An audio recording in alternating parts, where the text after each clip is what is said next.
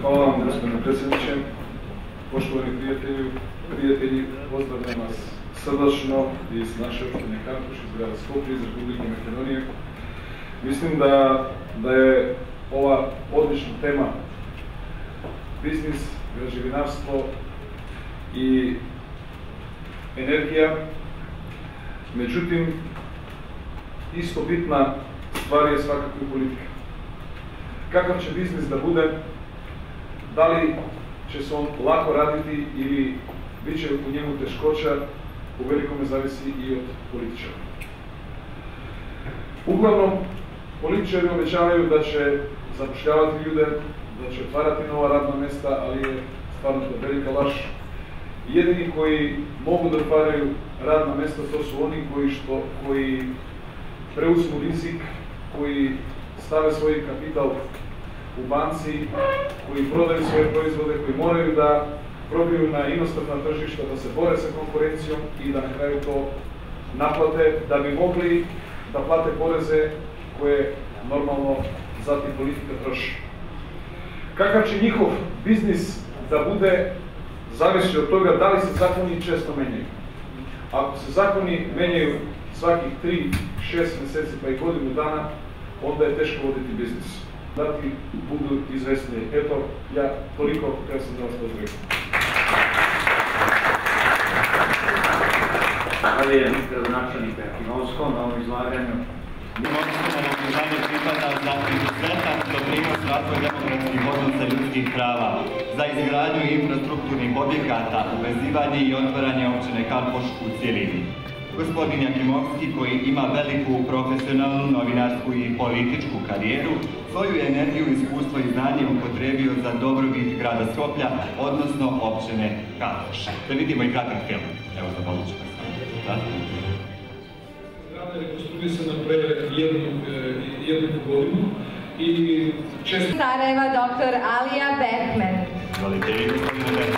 Gospodin Jakimovski će dobiti kristalnu statku sa pohvatom, ručni rad, staklarne iz Rogaške Slatine. I priznanje i statu. Čestitamo.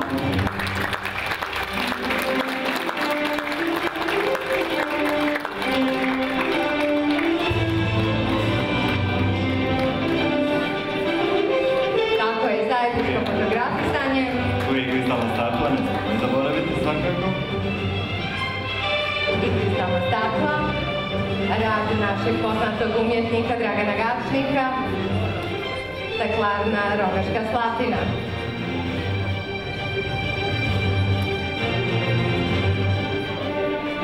Hvala. Hvala. Čestitke.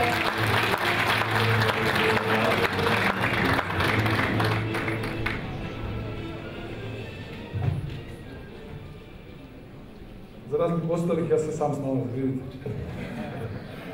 Poštovani predsjedniče Vujanoviću, poštovani kolega gradonačelnik Sarajeva, vaše ekscelencije, gospoda biznismeni, poštovani prijatelji, zaista mi je drago što sam večeras ovde i što primam ovo priznanje u ime opštine Karpuša.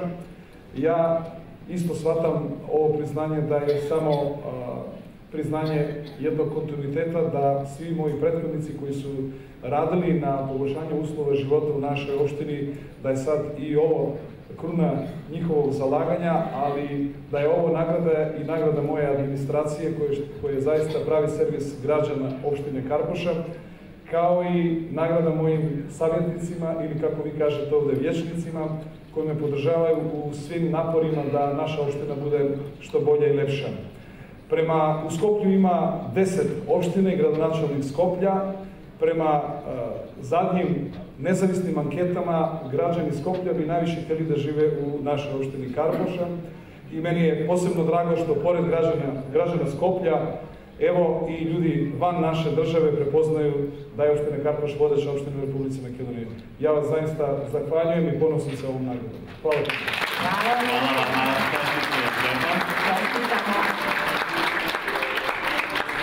Svakako dajte i izjavu za televiziju i hvala vam još jednom. A sada ja predlažem